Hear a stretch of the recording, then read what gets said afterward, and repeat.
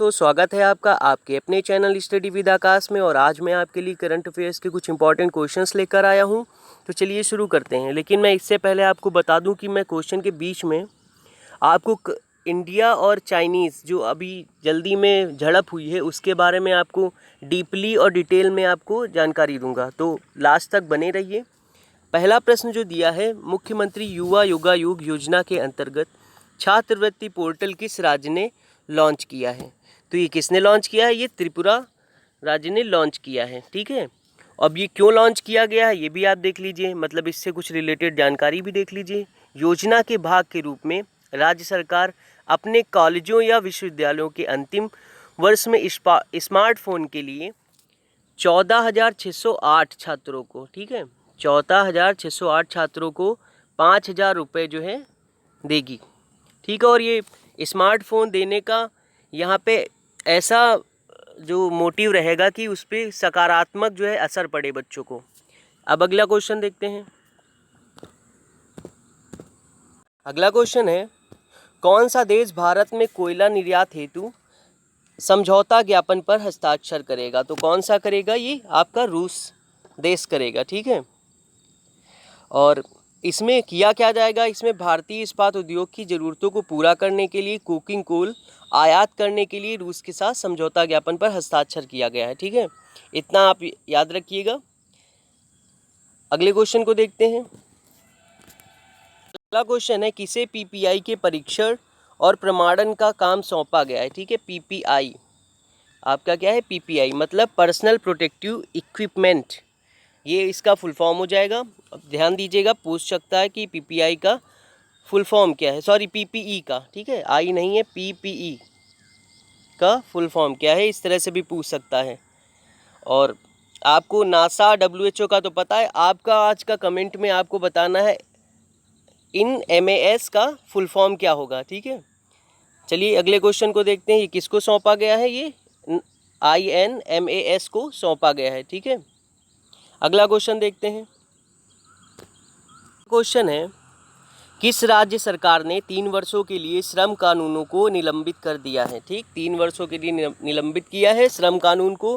किस राज्य सरकार ने निलंबित किया है? ये उत्तर प्रदेश राज्य सरकार ने निलंबित किया है। इसका पर्पस क्या है निलंबित करने का? उद्योगपतियों और को आकर्षित करने के लिए और राज्य की अर्थव्यवस्था को पुनर्जीवित करने के लिए अध्यादेश जो है पारित किया गया है। ठीक है, मैं इसमें आपको कुछ और भी बता देता हूँ, आप ध्यान से सुनिएगा।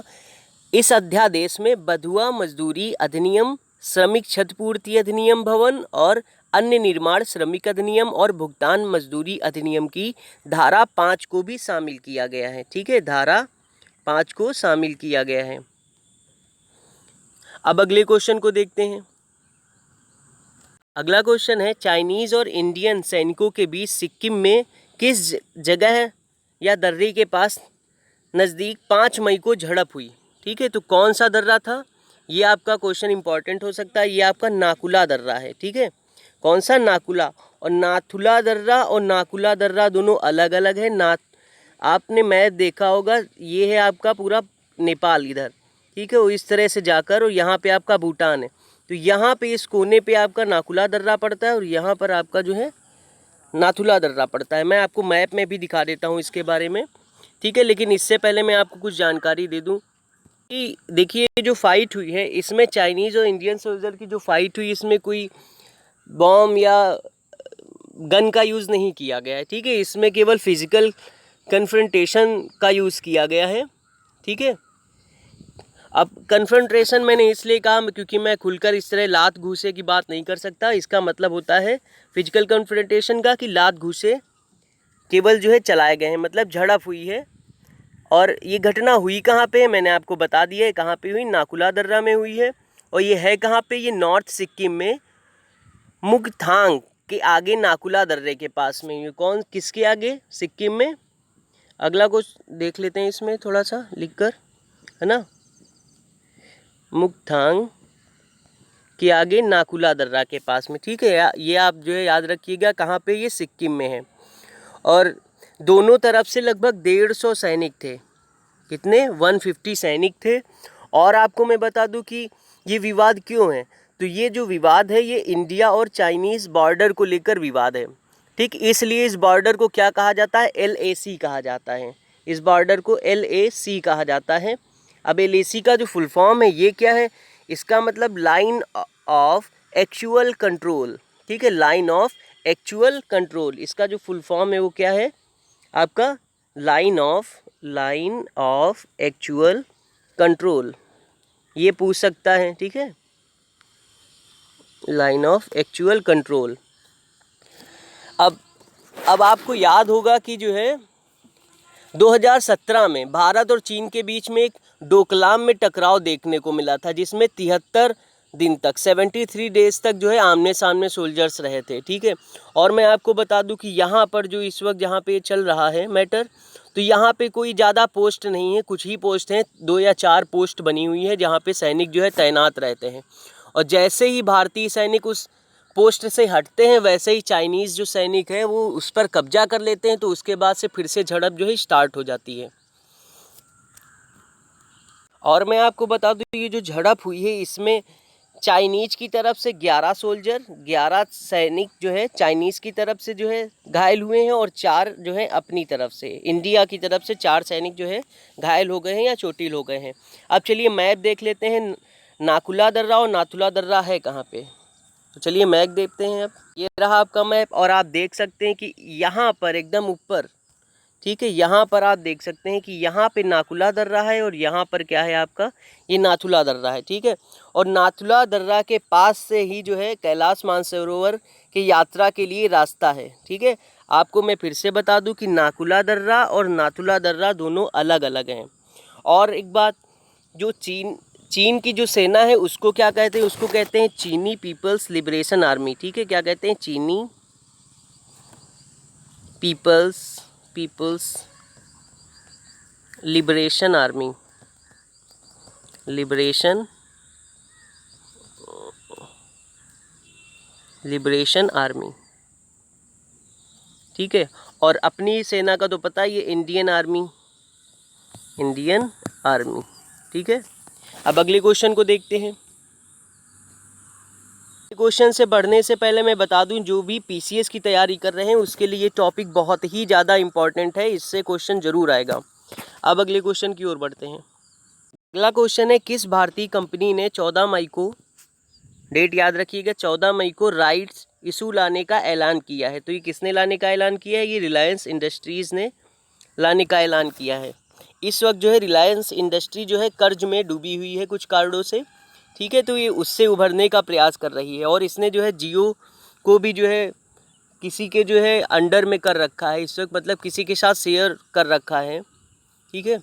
अब चलिए इसके बारे में थोड़ा सा देख लेते हैं कि इस राइट्स इश्यू में योग्य शेयर धारकों को उनके पास मौजूद हर 15 शेयर पर 1 शेयर खरीदने का अधिकार मिलेगा, ठीक है। 15 शेयर पर 1 शेयर खरीदने का अधिकार मिलेगा।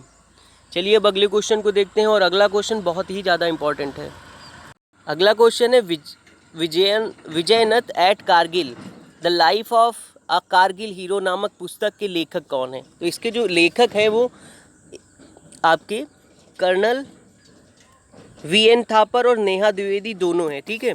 अब कर्नल VN थापर जो हैं ये विजयनथ थापर के पिता हैं, ठीक है। ये विजयनथ जो हैं ये शहीद हो चुके हैं हमारे सेना के, तो ये इनके पिता हैं VN थापर। और नेहा द्विवेदी कौन है, ये कर्नल VN थापर की बेटी हैं, ठीक है। आप सोच रहे होंगे कि थापर और द्विवेदी दोनों अलग अलग हैं, तो ये शादी के बाद जो है सरनेम चेंज हो जाता है। अब चलिए अगले क्वेश्चन को देखते हैं, और अगले क्वेश्चन पे बढ़ने से पहले मैं आपको बता दूं कि जो ये शहीद विजयनथ जी हैं इनको जो है मरने के बाद जो है वीर चक्र से सम्मानित किया जा चुका है, ठीक है। अब अगले क्वेश्चन को देखते हैं।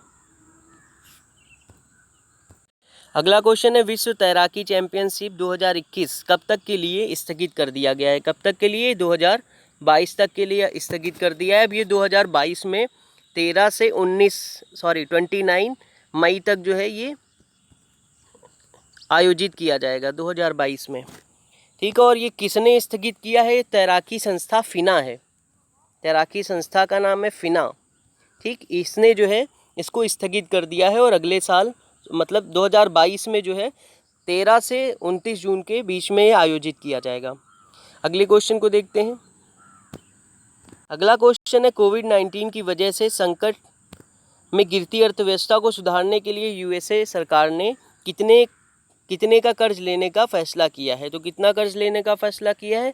लगभग 3 खरब अमेरिकी डॉलर का कर्ज लेने का फैसला किया है। ये करेक्ट जो है 3 खरब नहीं लिया है, इसने 2.99 खरब डॉलर का जो है कर्जा लिया है।